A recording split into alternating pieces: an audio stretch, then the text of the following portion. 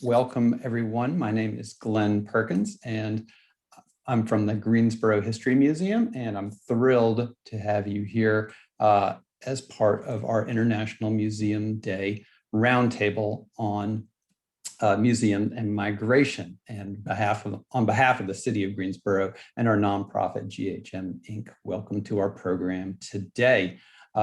If you're tuning in on Zoom, welcome you guys to let us know where you're watching from. Feel free to say hello into the chat box.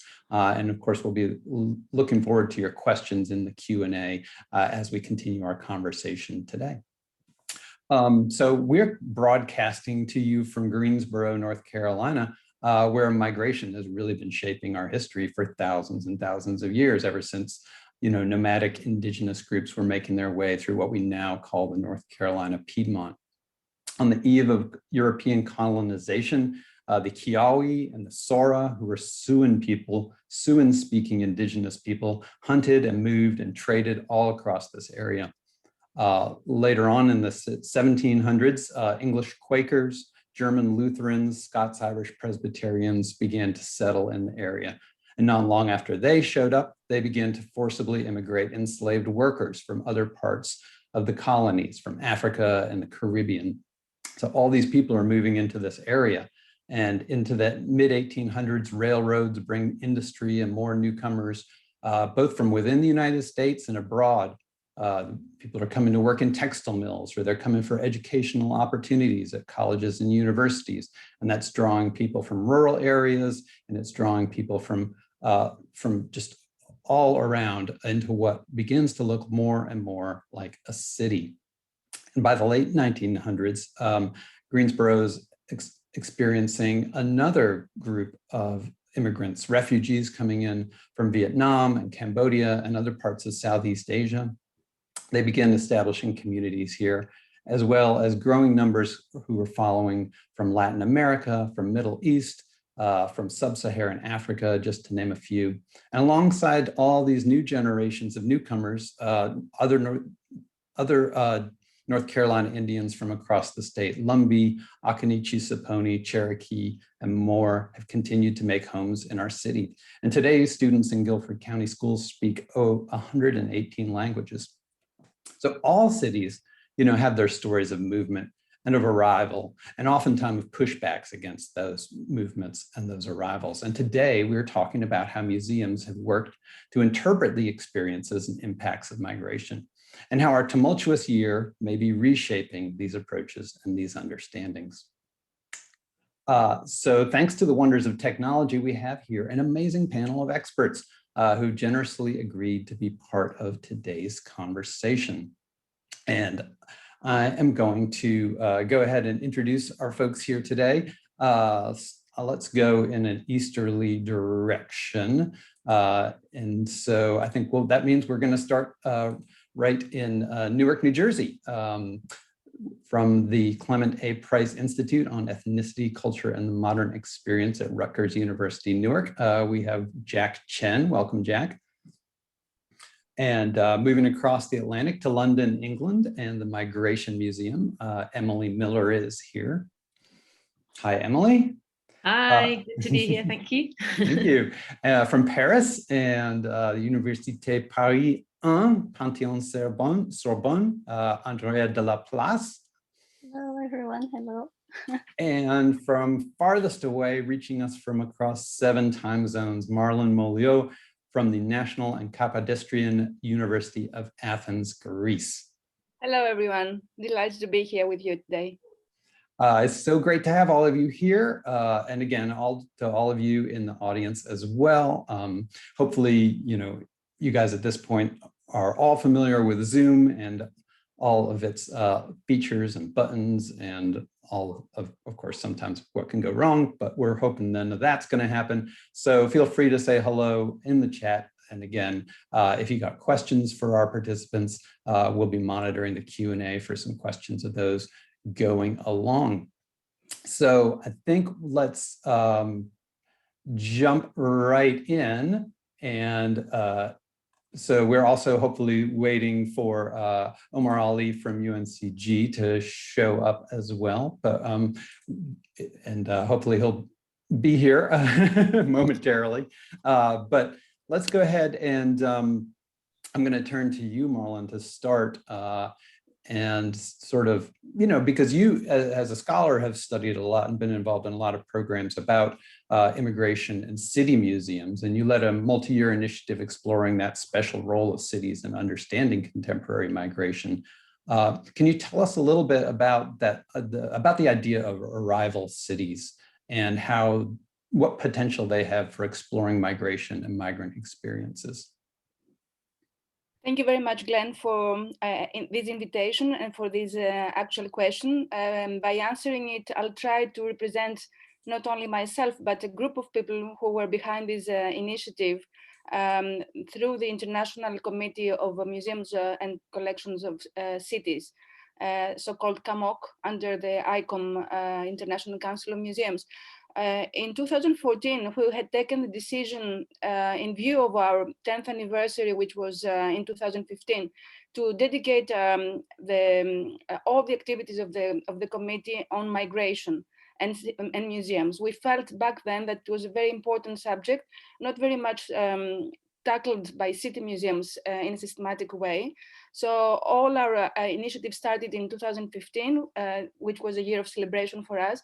And at the end of that year, we took the decision, after a very interesting and very dynamic workshop that we organized with the Open Museum in Glasgow, to try to venture something bigger, to use our network and liaise with other networks in order to create a platform, an online platform, a hub, a think tank. There are many words where we can characterize this, to gather experiences and expertise from our network and from all over the world, to talk about museums and arrival cities. And by arrival cities, we mean, we take the term used by Doug Saunders on his book, Arrival Cities, cities that are the receptors of migrants.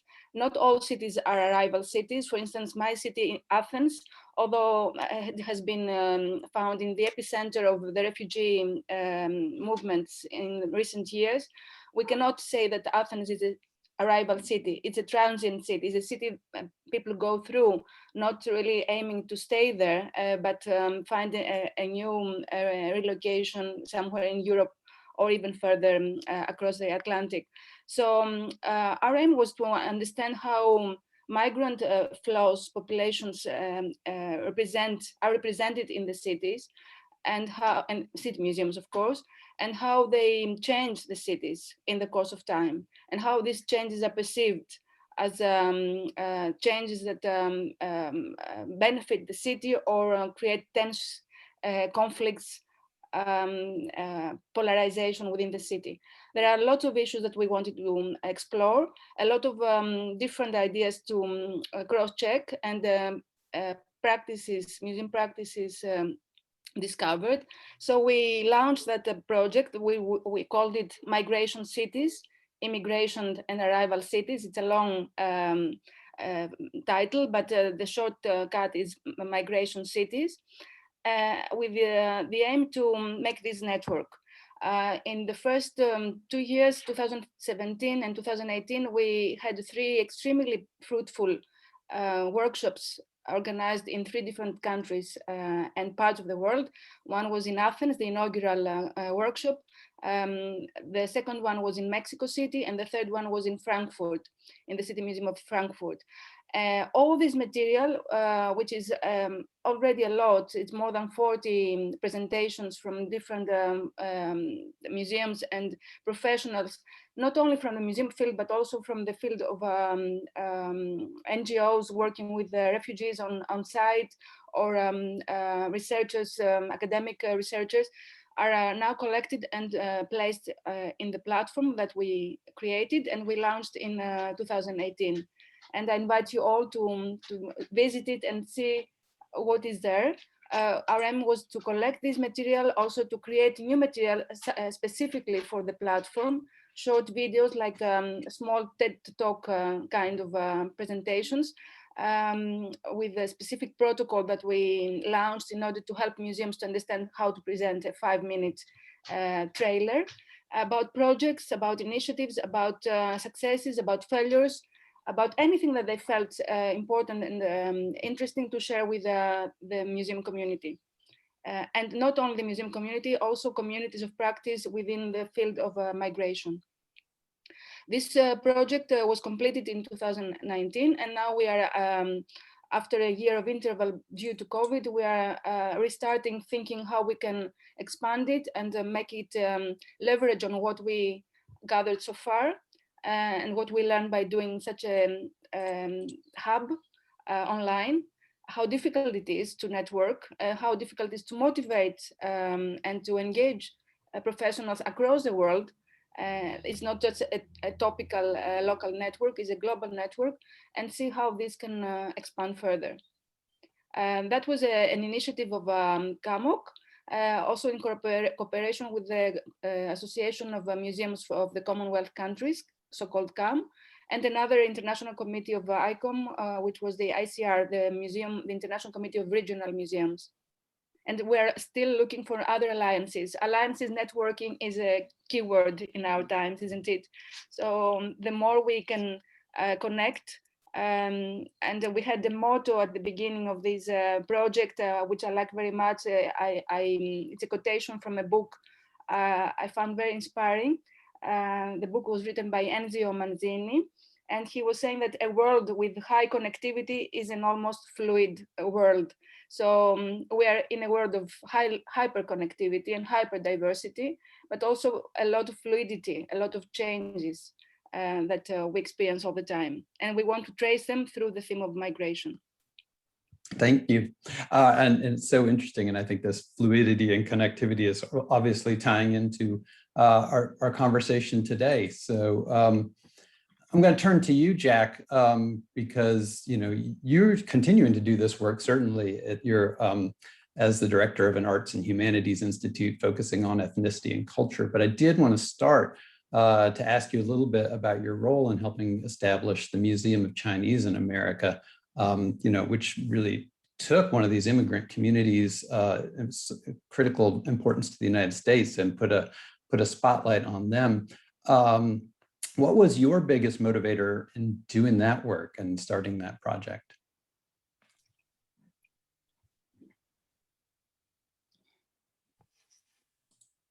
Okay, I'm in Brooklyn, so I just muted myself because there's a lot of ambient noise. Thanks, Glenn. Thanks for organizing this. It's great to be on this panel with everyone else and to say hello to everybody from around the world who's tuning in. I really have been deeply influenced by different political movements. And when I hit college in the early 70s, I got involved in the anti-war movement, the anti-Vietnam and anti-Southeast Asian war movement, in which the US was deeply engaged in. And it got me understanding the ways in which racism operated both in the United States, but also globally. So for me, it was very much trying to come to terms with the fact that here I am, someone who's part of a refugee family in the Midwest, and trying to figure out what this country was all about at a moment in which the civil rights movement was also emerging alongside the war in Vietnam. So as I proceeded through the university, entered into a graduate program in East Asian Studies and History, I realized that the university was not actually responding to my growing interests, either in terms of archives or in terms of the history that I was trying to understand. How did Chinese get into the United States? Why were there such things as Chinese exclusion laws? These were things that our history department, which is one of the best in the United States, was not addressing whatsoever, nor could I find these materials in the archives or really any books. So I decided to leave graduate school. And in some ways, that was the beginning of, I think, the most productive part of my life. Sometimes I think it's best to discontinue from the track that you're on and actually start a different track. So I left the graduate program and came to New York and started working with community-based arts organizations and cultural organization. And in that process, I began to learn about the history of New York Chinatown and really why and how the exclusion laws were enacted. So for me, I necessarily had to create a new organization and a new archives and collections, going dumpster diving from stores that were closing down from 99-year leases down in the Chinatown area. So New York was going through a tremendous period of change.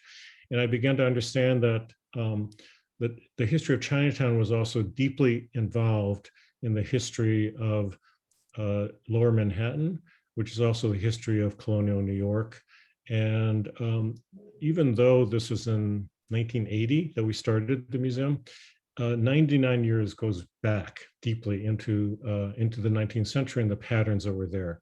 So it got me interested in the kind of layering and successioning of different immigrant groups, and therefore understanding that Chinatown was never strictly Chinese. It was always part of a much more intermingled international port culture, so that the way we framed the history of Chinese arriving into the region also necessarily had to connect with the history of other groups and the deeper history of the China trade as well. So the China trade, which was became very prominent in terms of a way to build the wealth of a devastated nation after the Revolutionary War, became a main means in which the various patriarchs and matriarchs of the new nation were able to kind of build wealth and to do it through the trade of luxury goods, teas, and silks and furnitures and all sorts of things that were seen as better made in China, especially porcelainware, for example. So I began to understand that this was part of an international process. So it wasn't strictly about the Chinese in the United States, but part of a global set of dynamics that were happening.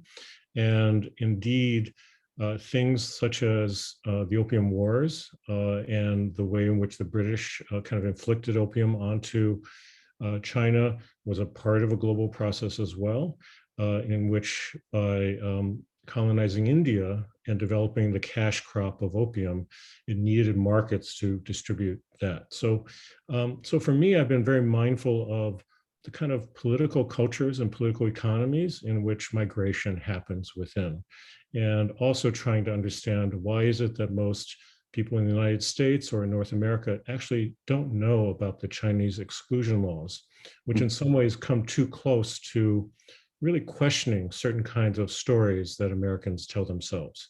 So I felt it was really important for us to tell those stories from those who had lived it within the exclusion law period and begin documenting those stories, because really those archives and those books and those stories were really missing from the storytelling and the archive of what academics understood, but also what people understood within the museum culture of New York City as well.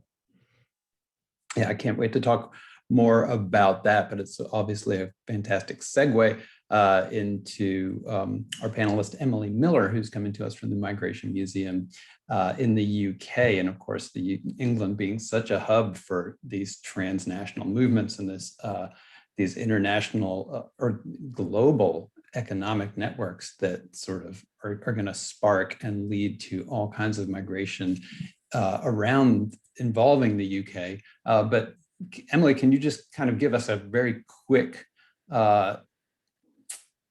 introduction to sort of the innovative migration museum that you are working in and the stories that you're trying to tell there in London? Yeah, sure thing. I was definitely nodding along when Jack was speaking. Really interesting to hear that. And I visited Mocha, and it's nice to hear the context and the background to that. But yes, creating a museum from scratch, dumpster diving. I love that. We say that we beg, borrow, and steal for our exhibitions as we build up. That's the way you got to play. So I guess, yeah, I'm wondering, should I just go through the pictures now, or should I do that later? Glenn, Christina, I don't mind. if we have pictures, you can go through them, or you can you just split them up, Christina. Could you just if you could pop those back? Is that all right? Thank you. So yeah, I am going to be brief though, because I know that's important. So bear with me, I'm going to go fast. So we're creating a migration museum for the UK, looking at our very long history, as Glenn says, of both immigration, but also emigration, trying to build understanding about lots of periods of history that we don't understand so well, don't want to understand so well. Just thinking about the Opium Wars, for example, that Jack mentioned. I mean, there's so much history that we don't look at, and I think migration is a vehicle, as a way to look at a lot of those periods of history. So believe it or not, we're a museum and a MAL. We, for the last 8 years, have popped up in different places, testing out exhibitions, events, our education program, growing our case for support, rather than quietly behind closed doors fundraising for a mega museum. We do hope to have a permanent home in London, but right now, and we're in the middle of a shopping centre. Yes, and those are two pieces of the Berlin Wall outside our space, talking about building bridges and not walls, but having conversations across walls. So we're really looking to provide a space where people can come together, reflect, learn, explore, and have more reasoned conversations about migration. That's us. That's me with the mayor of London, who's just been re-elected, I'm glad to say, and a group of sixth formers. So our education program is key to everything we do. I can have the next slide. We have, all kinds of exhibitions, like I say, that test out the general public's, our audiences, their reactions to see what works, what doesn't work. This is work with a Brazilian artist who's working to document every single skin color on the planet. And you can see how that provokes different reactions and conversations about what skin color can tell us and what it can't tell us, what it means to individuals, families, etc., nations. And our current exhibition is, on the next slide, is actually a new one for us. We're looking at 400 years of emigration. So Brits abroad, the good, the bad, the ugly. And of course, that brings us into tackling concepts such as empire, forced migration, the Mayflower, around the complications of what that means as a legacy here in Britain, but also across America. You know, tens of millions of people claim British ancestry, but it's not looked at as a diaspora so much. And we look at that in our, our kind of provocative way. So next slide, please. And yeah, we host a range of events. Migration just crosses over into everything, as you know, but as you can imagine. So everything from cookery, football tournament, family history, looking at people's ancestry. And this was a stand-up comedy night we hosted at the museum just before closing last year, and we reopen tomorrow. Final slide, just to give you that taste of, literally a taste. Top left is a work with an artist with Jamaican ancestry, where we had a lot of different Caribbean elders come to our space, have a shared meal and share stories and memories from the Windrush generation. That's a football tournament, top right. He's an ex-Chelsea player, which is a big team over here. Bottom left is a TV celebrity called Judge Rinder. I'm talking about his Jewish ancestry. And finally, that's the Imperial War Museum. People who lived through the Blitz here in London, talking about their experiences and sharing those with the general public. So that's to give you a taster of what we're up to and who we are, really. More to come later, I hope. And any questions, I'll carry on in the chat if you've got questions for me personally. Okay, thanks, Glenn.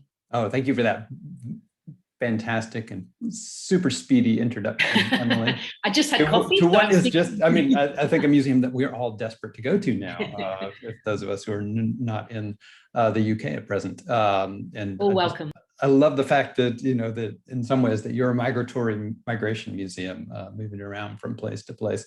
But let me, and we'll come back and have more to talk about, but let me hop over quickly to Andréa too, because you've been studying, as part of your doctoral research, different migration museums, like Emily's, throughout in different parts of the world.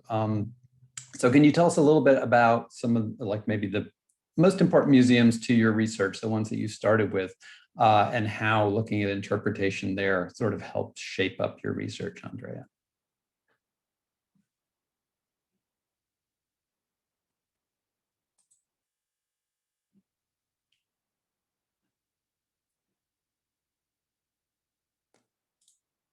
And you may be on mute if you are. Sorry. As I was Okay. saying, thank you, Glenn, for the invitation. Thank you, everyone that's watching us today. And I'm going to try to be as quick as possible, as Emily did. I started my research on migration museum during my master's degrees, so more than 10 years ago. And I just finished my PhD thesis, on which I focused on 3 particular museums. One of them is already showing on the slide, is the Immigration Museum in São Paulo, Museu da Imigração, São Paulo, Brazil. The other one is the Musée National de l'Histoire de l'Immigration here in Paris, France. Actually, I did start studying this museum since its opening in October 2007, because it was the main museum that I studied during my master's degree. And then for my PhD, I wanted to open the discussion and the analysis on migration museums and history and heritage. So that's why I chose one museum in Latin America, Brazil, São Paulo, and another one in New York in the United States, the Ellis Island Museum, which is quite famous internationally as well. So I chose Ellis Island pretty much because it's a museum that it's mentioned by many other museums as an example for the creation of their permanent exhibitions. So during my research, I had the occasion to visit other museums, but mainly what I wanted to discuss is during my research is that heritage is a political resource and tool, and it's used to define and legitimize. Sorry, my English is going to today go. Individual and collective identities. So migration heritage gives a sense of self-recognition to narratives often ignored in the past, and what we call contested histories or dissonant histories that have been often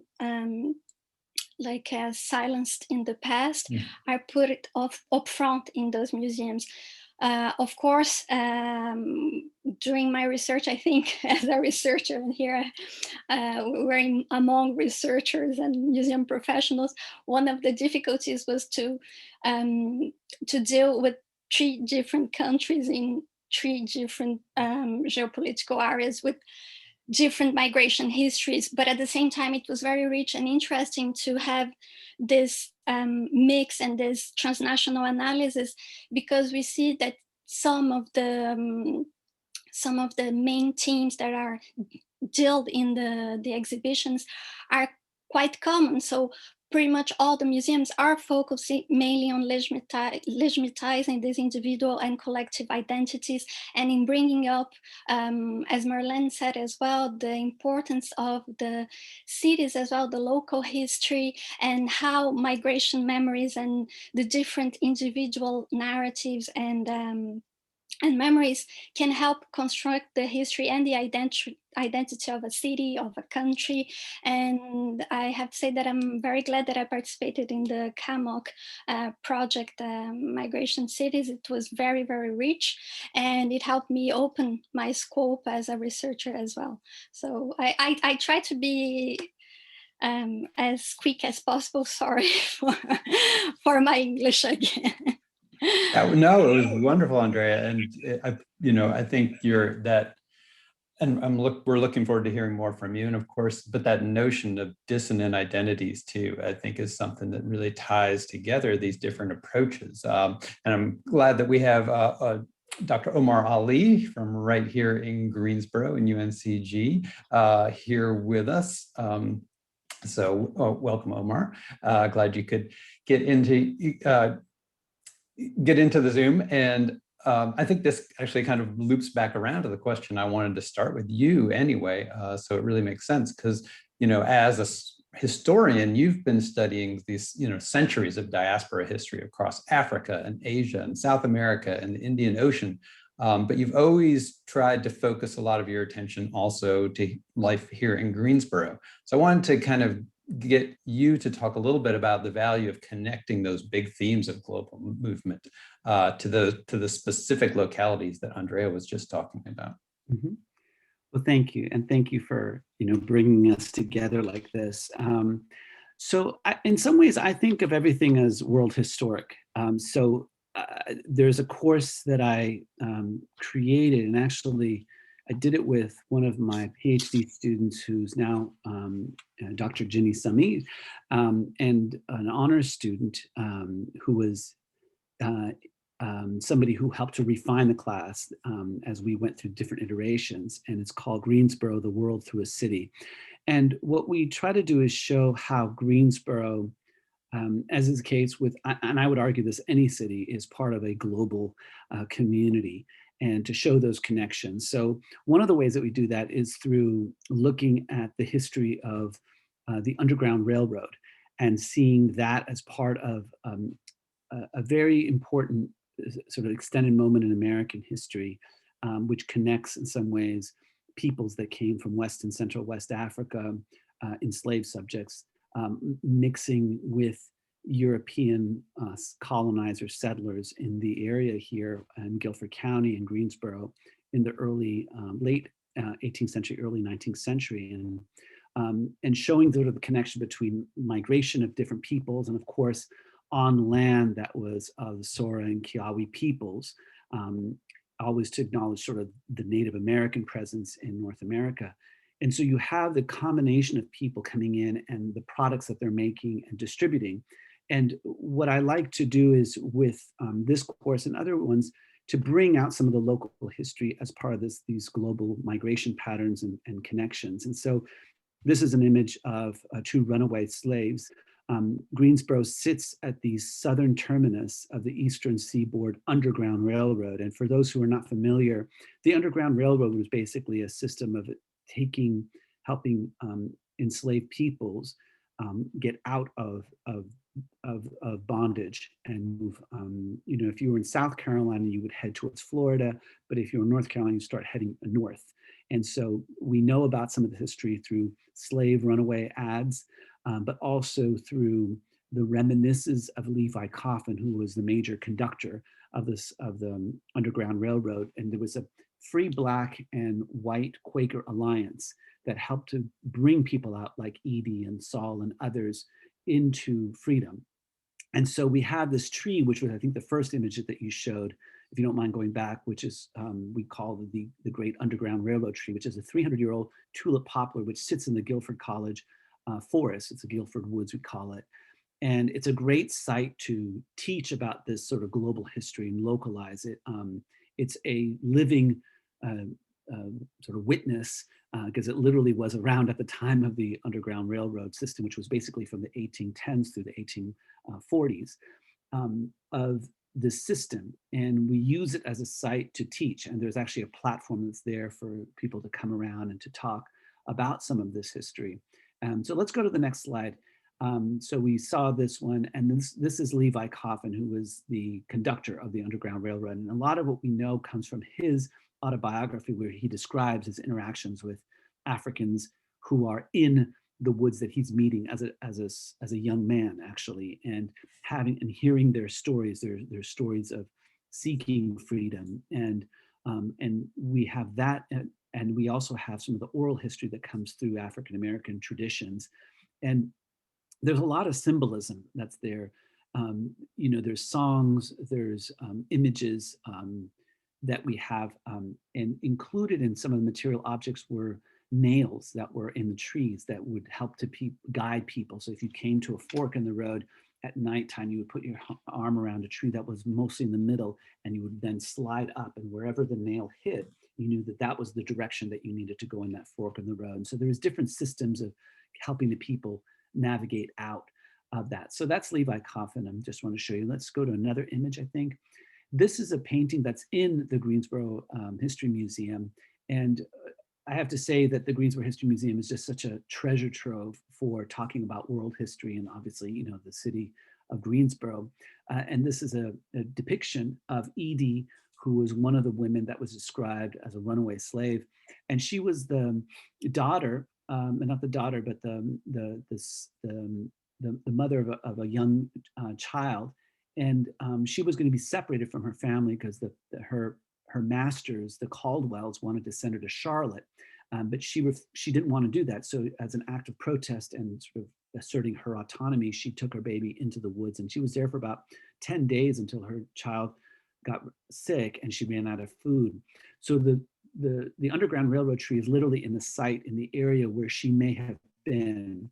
And ultimately, it's Levi Coffin who tells us about her story and will advocate on her behalf as a teenager, actually. And that begins his politicization and wanting to kind of do something more systematic to get people out of slavery. So the Quakers were a very important part of that system. Let's go to one more slide, I think there might be, if I'm not mistaken. And I'll just say this really quickly because I know that we're trying to keep it brief in these opening statements, is that the African diaspora that's here in Greensboro, but in North Carolina in the United States has to be understood as part of a global African diaspora. And this is an image of women in Gujarat in India. Some of my work looks at the African diaspora in the Indian Ocean world. And I always bring that up because we have a particular understanding of the African diaspora, which is very Atlantic centered, Atlantic world centered, but there is a much longer and older African diaspora in the Indian Ocean world. So one of the things that we learn is that there were people like Malik Ambar and others that really rose to significant levels of power. And so the ways in which we understand race are very Atlantic centered based and are very specific to the transatlantic slave trade. But Africans migrated, of course, there was forced migration through slavery, but there was also a lot of movement of people on their own volition as sailors, as traders, as proselytizers, as musicians, and mercenary soldiers. So there's a number of ways in which Black people spread across the world. And so I always want to bring that out as part of our understanding where we are here. So I think that that's the last slide, if I'm not mistaken, Glenn. Is that right? Yeah. Okay, yeah. Yeah, so I'll edit here so we can get more into discussion. Well, thank you, Omar. And, and thank all of you for, sort of giving those quick sort of interviews and quick overviews of where you're approaching this question. And as we've seen, I mean, this idea of migration is touching on everything, from, this idea of diaspora to refugees in the Aegean to, a single tree here in Guilford County. I mean, to the Underground Railroad. I mean, there's all these movements. I guess I want to start with a question, and maybe I'm going to start with you, Jack, and others can sort of follow up behind. But I mean, does it become a useful concept in sort of trying to unpack or connect these histories, or is it too big? How can we use it as a useful tool for sort of navigating all the different pieces that we've touched on so far? It's a critical question. I think it could become this kind of all-purpose tool that actually doesn't allow us to actually dig deeper and just becomes kind of generic. So I think that's a serious problem. At the same time, I think depending on where we're making the case for the importance of migration, that matters a great deal, what the context of that is. In places that are very narrowly framing their local identities and who should count as a citizen and who should count as a voter.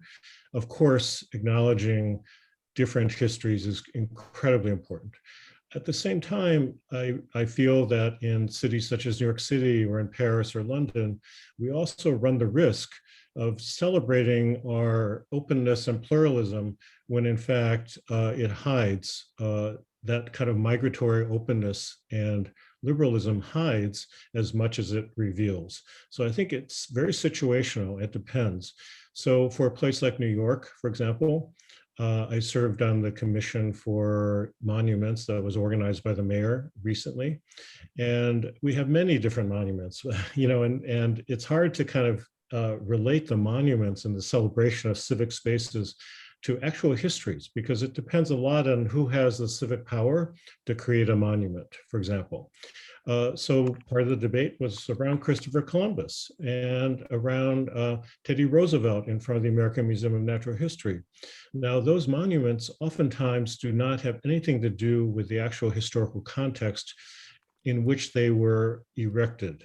And therefore, we need always retrospectively to be able to create a context in which that lost history can be understood. So, for example, with Teddy Roosevelt, what's not understood by people in the city is that around that time the monument was created was also the time in which eugenics was deeply was the science of the time, and the American Museum of Natural History and the president of that museum, who was also a faculty member of Columbia, was deeply engaged in eugenics as an explanatory science for why some people should be included and actively encouraged through immigration, through proper breeding, all sorts of premises of eugenics, and why many people were considered unfit and therefore should be institutionalized, sterilized, marginalized, excluded from immigration.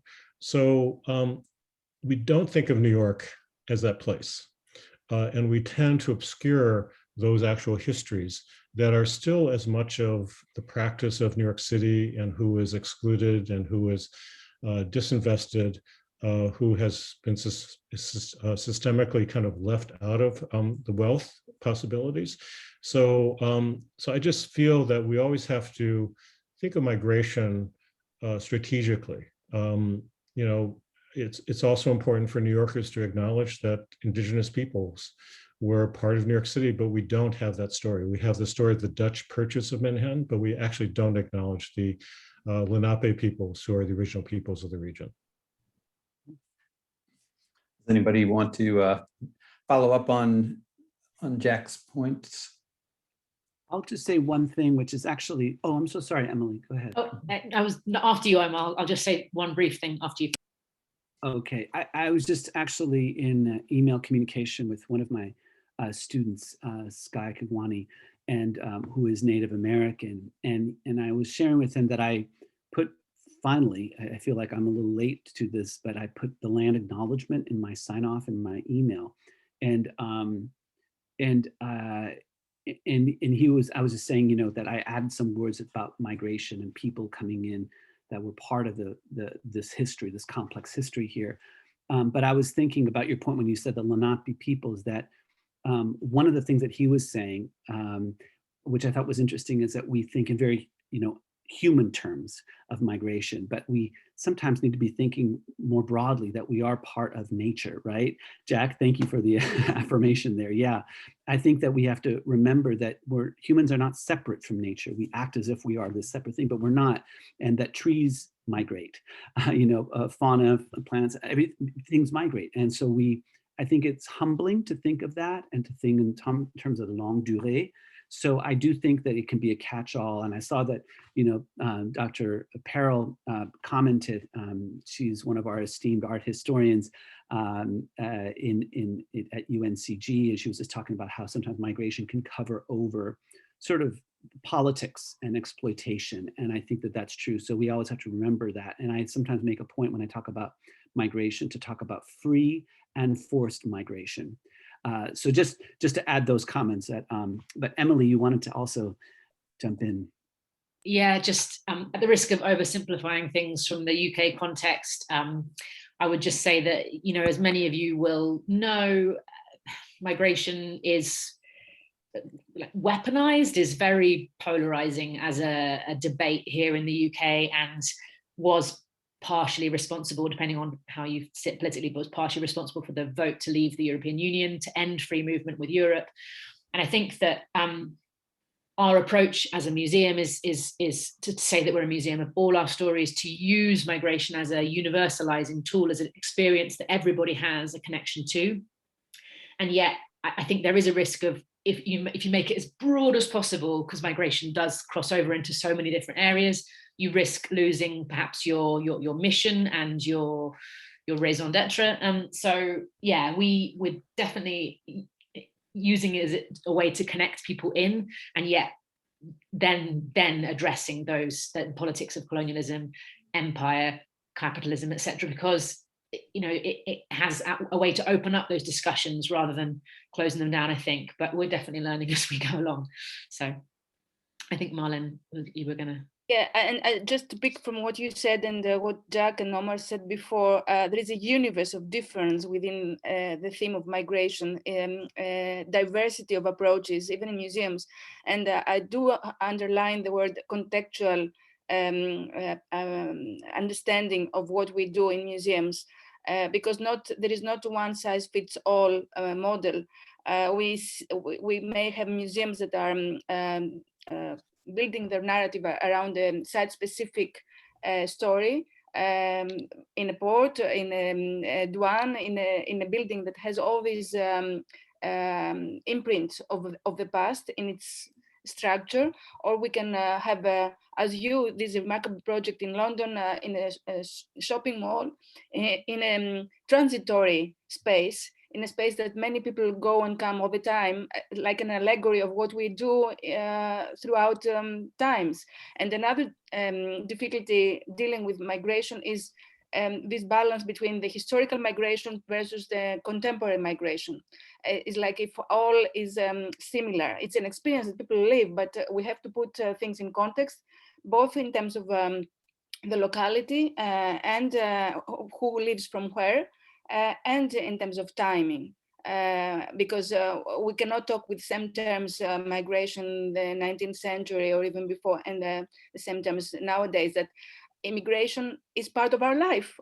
We travel all the time. We decide more often than not to move ourselves to different countries because this is an enriching experience.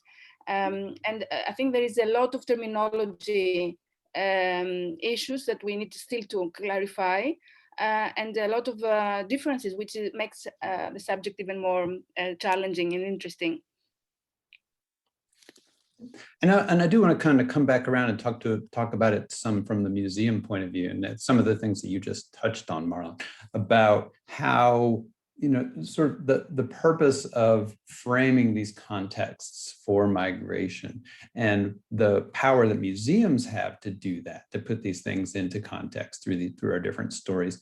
But what's our, I think also thinking a lot about our purpose in doing that, in who we are trying to connect with, and what sort of our overall goal is. And maybe Andréa, you could talk a little bit about some of your experience and comparing the different migration museums in their approaches and in their messages, like how they're trying to reach people. Thank you, Glenn. I just wanted to finish commenting on the previous question. I think it's very interesting when during my research, when I was really focusing on the American continent and the way you tell migration history and how migration is part of the national identity. Here I'm going to go very like in big lines. I'm not going to go into details, but the idea is, so you say it's what we call the immigration country. So it was the destination for the historical migration of the late 19th century, beginning of the 20th century, from Europe to the American continent. And so we put into value those, as Marlen said, the historical migration that were mainly European. And now the museums I studied, for example, the one in São Paulo, they renewed their permanent exhibition recently. It reopened after 4 years of closure for complete renovation of the staff of the museum, of the researchers, of the permanent exhibition, and of the building. And when they reopened, one of the things during my research, and that I was in close contact with the researchers, with the museum staff, what they all told to me that they wanted to work was on the contemporary migration and the importance of new waves of migration. Now in Brazil, and specifically in São Paulo, you have a lot of migration coming from other countries in Latin America. for example, Venezuelans, Bolivians, and you have a lot of migration coming from Africa as well, from countries that speak Portuguese. So you would have Angola, for example. And it's important to put that also inside of the museum, because they're also part of this multicultural identity of Brazil, for example. And that's what I wanted to show as well in my research, is that when you're speaking of countries that put up front that they're multicultural, they're multiracial, and you know, that they are well integrating migration history through their own national history, when you look closely to it, unfortunately, it's not really like this. Because, for example, with the slavery and the group, the different indigenous groups in Brazil, it's very complicated to get, you know, this subject into the mainstream discussion, especially with the political situation in Brazil at the moment.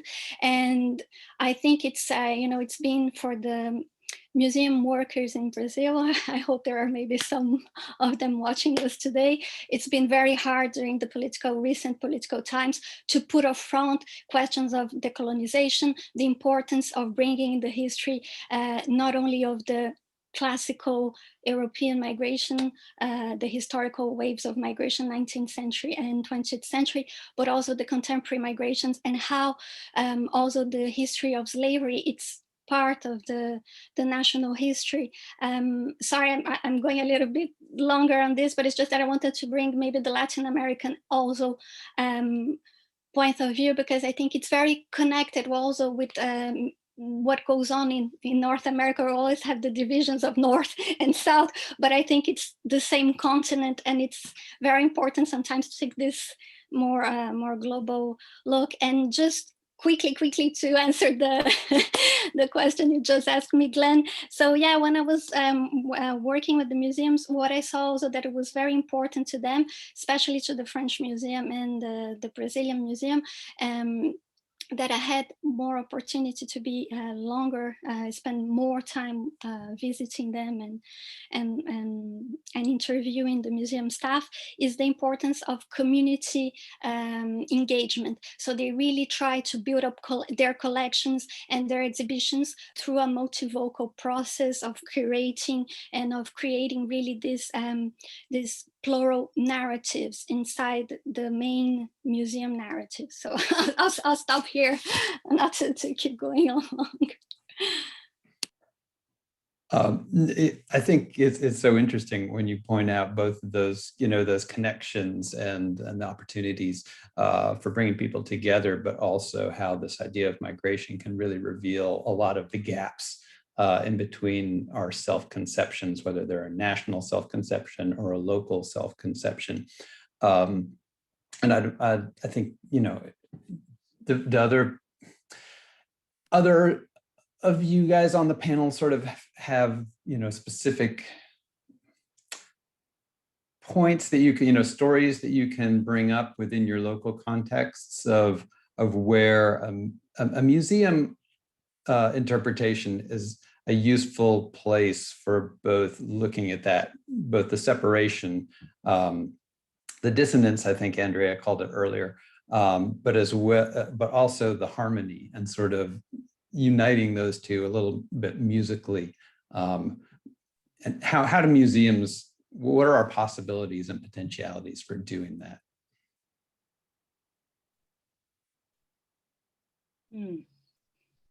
That's a time of reflection, pause to think.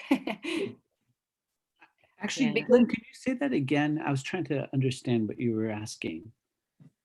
Well, I think I'm trying to, you know, I want to look a little bit, or I want to certainly encourage you guys to share some specific experiences from, you know, from local contexts, both in ways that this idea of immigration can be a provocation and a little bit dissonant within, you know, our expectation of our, you know, of how we're living in a locality, but also ways that dissonance can resolve into a little bit of harmony. So I don't know if I'm answering your question, we'll see. But I think from our perspective, it's with each new exhibition we try out, it's a really interesting balance of not simplistically celebrating. We talk about like celebrating migration and multiculturalism and just saying everything's fine, we're all happily living together, because that's not true. But equally not putting across exhibitions that are really damning or really negative, and maybe increase what divides us and divisiveness more. So it's definitely an interesting balance. And of course, you don't know how the public are going to consume what you're doing. And I know that we had a simple photography exhibition right at the start back in 2013. And one person came and said, oh my God, I just feel so uplifted about all that migration is and has contributed to this country. But there were images in there, really, tough ones about racism, about tackling racism, about protesting for the rights of migrants over the last few decades. And so someone else came and said, God, I feel really depressed about the history of migration in the UK. And so that was the same exhibition, two different takes. And I think for us, that's a real learning game about the kind of that balance. And there's risks of going too far either way, I think.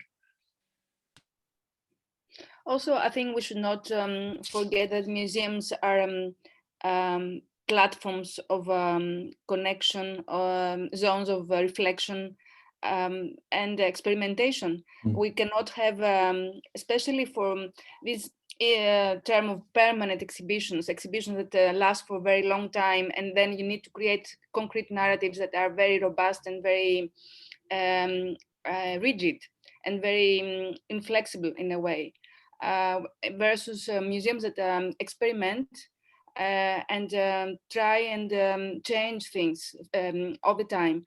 I like this metaphor, and this metaphor was used in one of the workshops we organized for the Migration Cities project, and that came from a non-museum professional. It's always good to look outside our field for new insights. It was one of our keynote speakers who was psychiatrist, and he was expert in systems theory and how living systems work. And we had him there in order to give us food for thought as living systems in a city. And he told us, you are doing systemic work in museums without understanding. You have the elements to do that, but you need to think museums not as machines and you as builders of exhibitions, of final products, but more like gardens, like something that you are you constantly cultivating to change and to nourish. And that's how I like very much this connection with nature. We are part of nature, and we should not forget that this is a constant change in nature that we need to bring inside the museum. Not to create harmonious exhibitions that have everything and everybody is happy, but also to give space, to allow and create a safe space in order to have difficult conversations. Yeah, go ahead. I don't want to. Yeah, I just finished. Yeah, just to have this trustful environment where people can raise their different opinions. I absolutely agree with that. I think part of the difficulty and contradiction or paradox of museums is that there's a tendency to think of museums as the exhibitions and a certain kind of staff structure, which is extremely expensive. And in the case in which the state is not actually supporting that effort. So I spent some time in Paris, and I was just marveled and appreciative at how much the state actually supported many museums. In the United States, we're really much more privatized, and it's really up to communities that have not been represented to kind of create their own museum spaces. So I think there's an assumption with many kind of state-sponsored or city-sponsored institutions that all those expenses are necessary to have an official museum or to have an authoritative museum.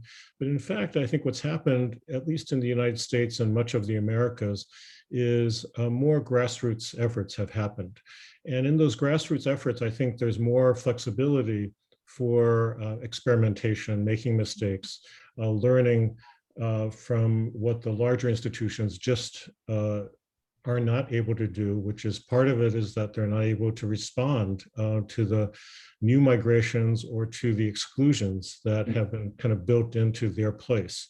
So I guess I would suggest that for me, that with the new kind of grassroots technologies that we all now hold in our hands, we all have these horribly addictive devices that are very powerful, to also treat the places that we are in as museum sites in which we can actually actively interpret them from many different vantages and begin to offer more contested, more polyvocal, more complex narratives of place and how time operates very differently for different groups in those same places. So in some ways, I think we need to not always try to reinscribe the infrastructure of the authoritative museum, but also begin to rethink what interpreting time and places are all about and how that can be a much more popular public activity.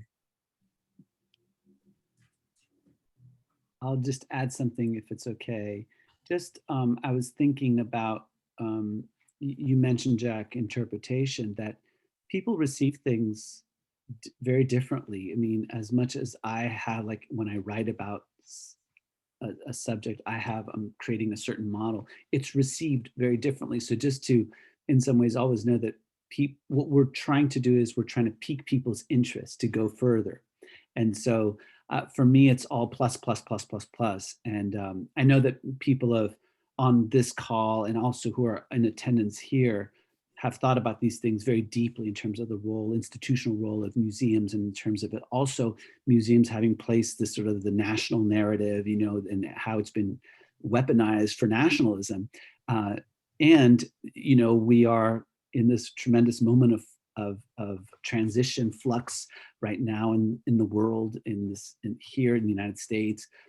So we put stuff out there and then it's interpreted at multiple levels. It's a simple point I'm making, but I just want to I just want to keep that in mind, because I have the experience of going back, literally, I've been to the Greensboro History Museum dozens of times, and every single time I go, there's something slightly different because I've grown, or I've lived in the world, so I receive things differently. So that's happening for, I think, many people, if not all of us.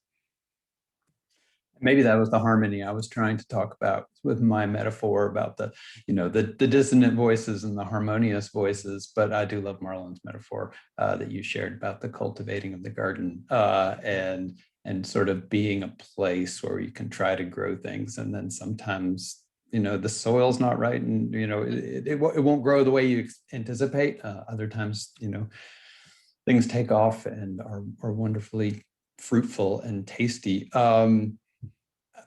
I want to ask a little bit about, challenges that each of you perceive in cultivating that garden, especially in this moment that we're in, with both in coming out of recovery from this global pandemic that's really shown the connection and the smallness and the interconnection of the world. How does that affect and challenge the way that we are telling migration stories within our museum spaces? And any of you are welcome to dive into that one.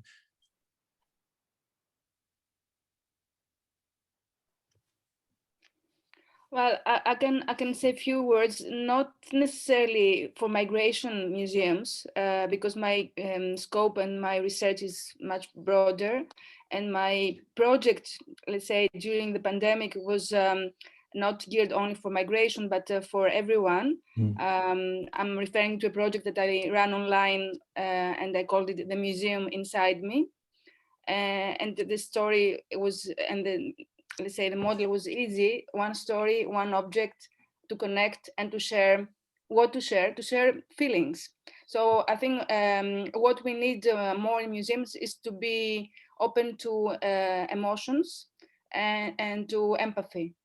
Because this is what makes us really not only human, because we know that not only humans have feelings, the animals have a lot of feelings as well. But what we were deprived of during this period was this human connection in social environments, but also we went introvert quite a lot. So I would say we need museums not only to create safe spaces to discuss difficult matters, but also to open up our hearts. It sounds a bit romantic, but in truth is to share our human stories, whether they're migration stories or stories of unemployment, of homelessness, of difficult stories, stories of joy, because life has everything. I love what you're saying. Thank you. Yeah. Yeah, I think the emotionality is really important, not to forget that it's just this cognitive information, but it's what can be evoked. And I feel silly saying some of the comments that I'm saying, because I know, again, people here have thought about these things very, very deeply in terms of, showing an exhibit and, how you're curating, but I just sharing that, that to me, that's a really important point you're raising here. One of the exhibitions that the Museum of Chinese in America did recently was to have food be the thematic and chefs being interviewed. And there are all these politics of what chefs are represented and who's included in and how Chinese food is seen in the pecking order of US food places, fast foods, things like that, which differs from nation to nation. But there was a large dining table in the middle. And it was actually because of the rules of museums, you're not supposed to have food in museums, right? Because of vermin and other things. So it was really a symbolic set of place settings, which was done very well. But I actually believe that we need to be constantly sharing food in museums and understanding where those foods and ingredients and spices come from and how really foodways migrate. Oftentimes alongside the colonial pathways, the Columbus exchange, right? For example, in which Columbus's journey, so-called, to the New World also inaugurated lots of exchanges of different kinds of foods, potatoes, tomatoes, spices. So we know those histories. But I think if we can really come together around these foods and actually tell and share those stories, it's not, it's romantic, but it doesn't have to be. I think there's something great to be said about romance, but at the same time, I think so much history can be told through those exchanges and through the dishes. And it's a way to kind of grapple with the difficult topics, if they're curated well, the difficult thematics and topics that we tend to avoid when we're at the dinner table, especially with our family members, right? But how can we grapple with them if there's a place that's trusted to not give you indigestion or heartburn? Right? That was a tremendous metaphor, bringing together the sort of, ideas about food, and again, sort of what Marlen's talking about, that, and Omar, sort of that emotion and that sort of just gut connection, for lack of a better word, that you get from tasting something. I know, Emily, I guess you had said, you pointed out some of the programs that you guys had done around food. How did those have the effect that you had anticipated? Yeah, it's just there's so much you can do with food and migration and personal stories. Through the museum, I came to meet a woman who set up a charity called My Grateful, as in My Grateful, which is training up kind of cooks from home, who from refugee and asylum seeking backgrounds here in London, to be cookery class leaders, and they share a few dishes. They go through with the participants, but they cook with the participants, but also share their story and their experience of trying to settle, challenges to settling in the UK with the Home Office, etc. And I'm a trustee of that organisation now, and it's been great to have them. They came to the museum, and believe it or not, we managed to have them cooking in our exhibition, which I don't know how we are our curators allowed it.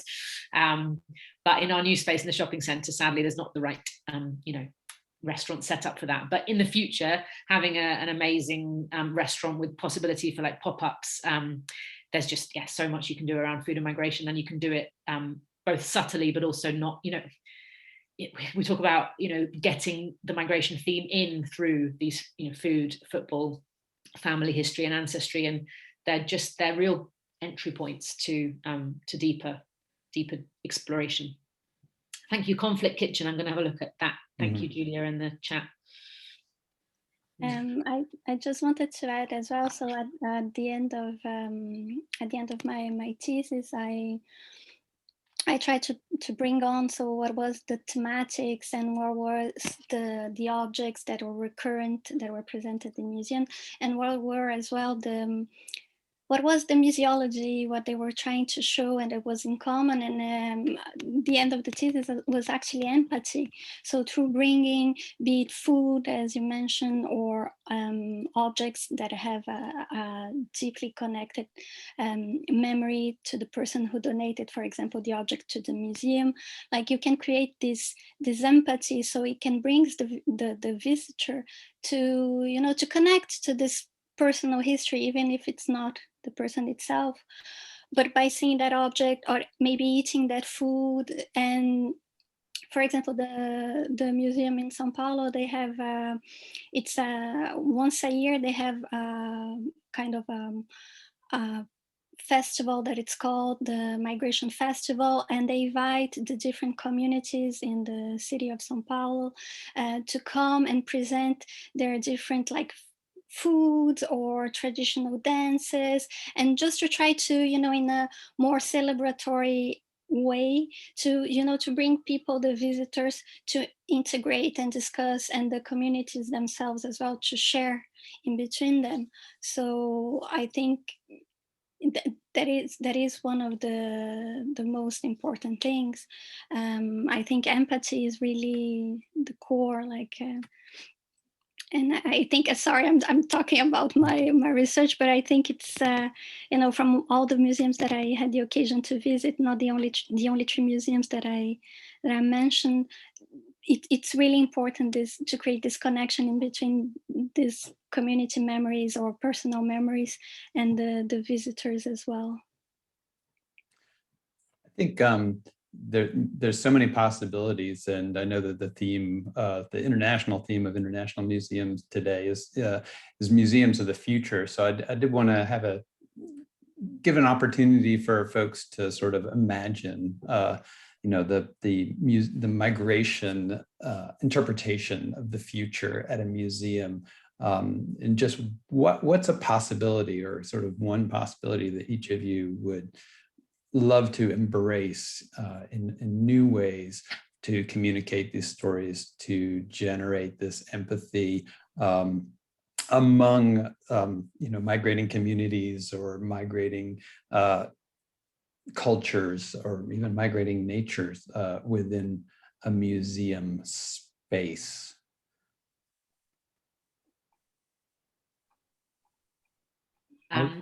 Sorry. No, go ahead, Emily. I think you might be looking for a much more, a much wider answer than the one I'm going to give, but just something on my mind that you're asking about the future has got me thinking about is really wanting to collaborate in a way that we haven't done yet with an organization here in the UK that I think started in Denmark, actually, so I shouldn't claim it for the UK because it's probably stolen from somewhere else, called the Human Library. And the idea is that humans, Marlen, yeah, humans, people give themselves a book title, something to do with their identity that they want to share about, and then general public can come along, take out a book and borrow that book and go and sit with them for 20, 30 minutes, whatever works. Whether you're an introvert or an extrovert, I guess might depend on how long you spend. And I just think that I suppose it's quite a small thing in terms of, you can only reach a few people, in a library session. But I think that the potential for that to really create connections across borrower and book are huge. And I want that to be in our future somewhere, although that's not speaking to the whole future of our museum, but just one idea that I'm keen to explore. And Human Library, if you want to look at it, there's also a group doing it in Canada, I believe. Yeah, to pick from what you just said, and I tried the Human Library. They had some activities also in Athens some time ago. we tend to think of museums in a large scale projects that are for big audiences, and also this is another issue about sustainability and about how we can create activities that leverage our audience's potential. Whereas we need also to think of customized, person-centered approaches, like what you just said. And I would also think of perhaps not one-to-one the librarian, the human librarian, and the visitor, but also doing things in groups, because it's also a different experience to do it in a group, like in a group therapy, but it's not therapy, but it's kind of therapy, because museums offer this openness to human connectivity. So sessions or objects, related sessions, objects are channels of communication. They are triggering conversations that are very interesting. So perhaps this could be a potential. You can do it as many times as you want, and you can learn from as many workshops as possible, as long as museums have the potential to and the possibility to run such low-scale projects, but with huge human potential. I'll add one thing to the mix, which is to take advantage of the technology that we've come to really rely on, Zoom and what have you. But I was just thinking a couple of things, which is that wouldn't it be interesting if we were able to sort of use Zoom in a way where you had sister museums, sort of like that, had certain hours that you knew that somebody else was going to be at that other museum, and you could actually have conversation. And I was thinking for kids, that'd be really wonderful. Maybe you just play a game or something, but something very simple like that. But the other thing that one of my colleagues and I did, Dr. Heywan Gurma, is that we took our students on a virtual tour of the British Museum. And I think that there's all kind of creative things that we can do.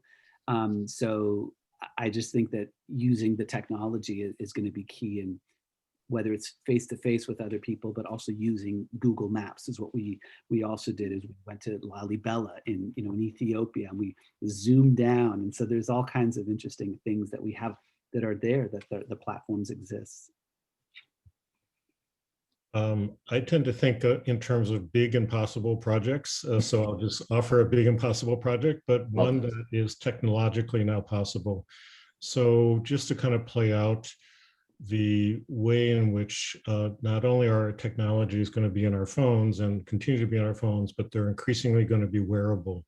And the sound capabilities of three-dimensional sound will be there, but also breaking the wall of 4 dimensions in terms of time and being able to access an image or a poem or a song from a different time as we walk around, in terms of augmented reality, which is not so much virtual reality, but as we're walking around in actual spaces, we can actually create the new kinds of encyclopedias in which I think universities, students, communities, and museums can actually collaborate. So for me, I think the new museum has to be different than the paradigm of being the august building that people go to, but something that we're circulating around and within, and many people are contributing to.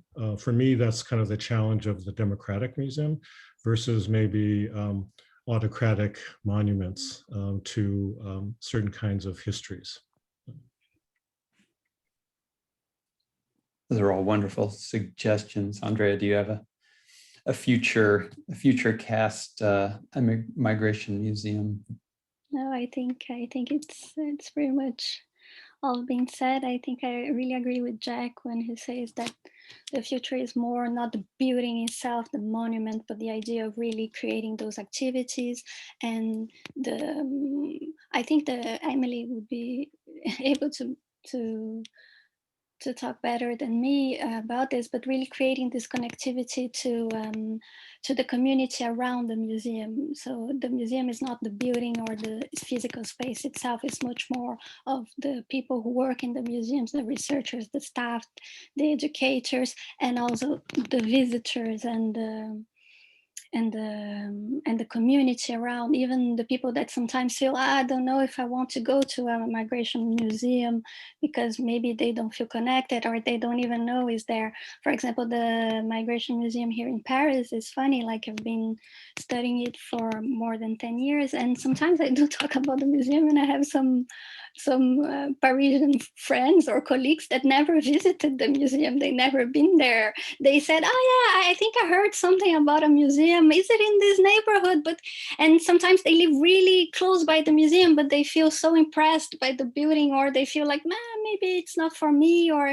And so I think that really creating this connectivity through projects and activities, it's important, and it's the future.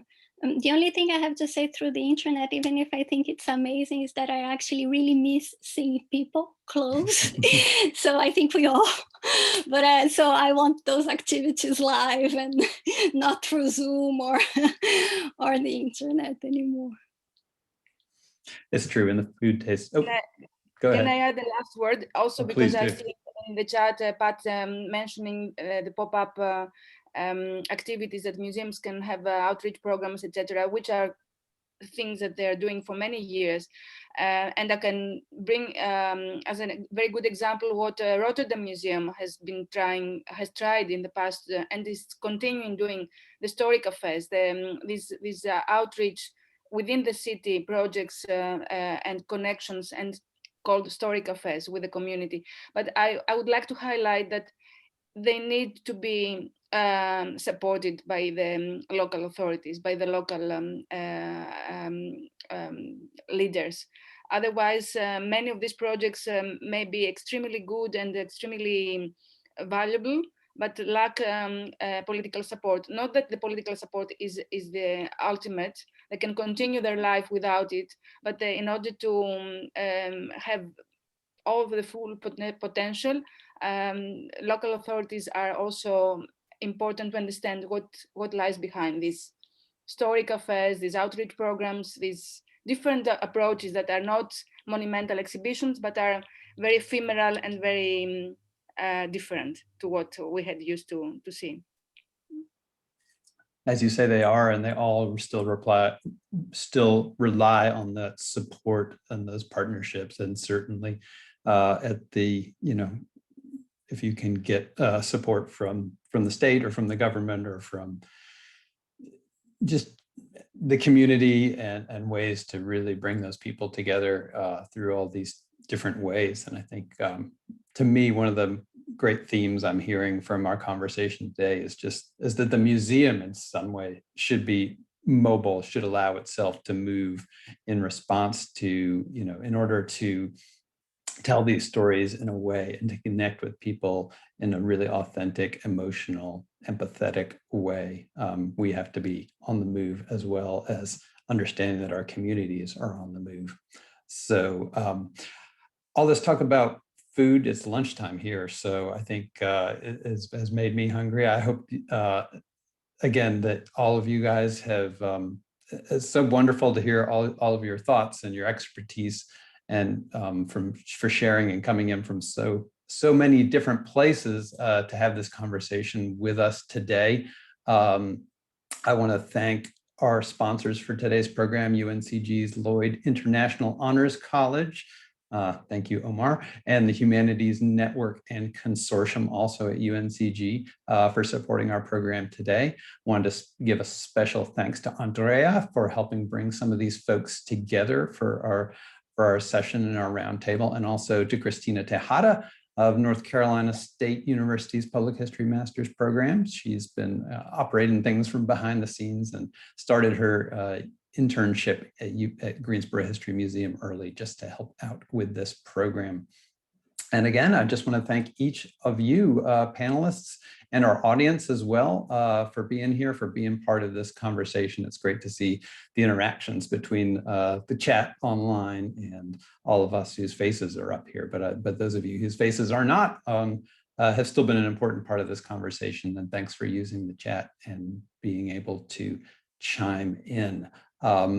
We will make this program available online. I'll be happy to share the recording and other resources that came up in our conversation today. And so I think that's it for us today. Again, appreciate all of you for taking part, and thank you. Have a wonderful International Museum Day, and we look forward to hearing about your projects and your other activities soon. Come visit us in Greensboro. Thanks, everybody. Thank you, Glenn.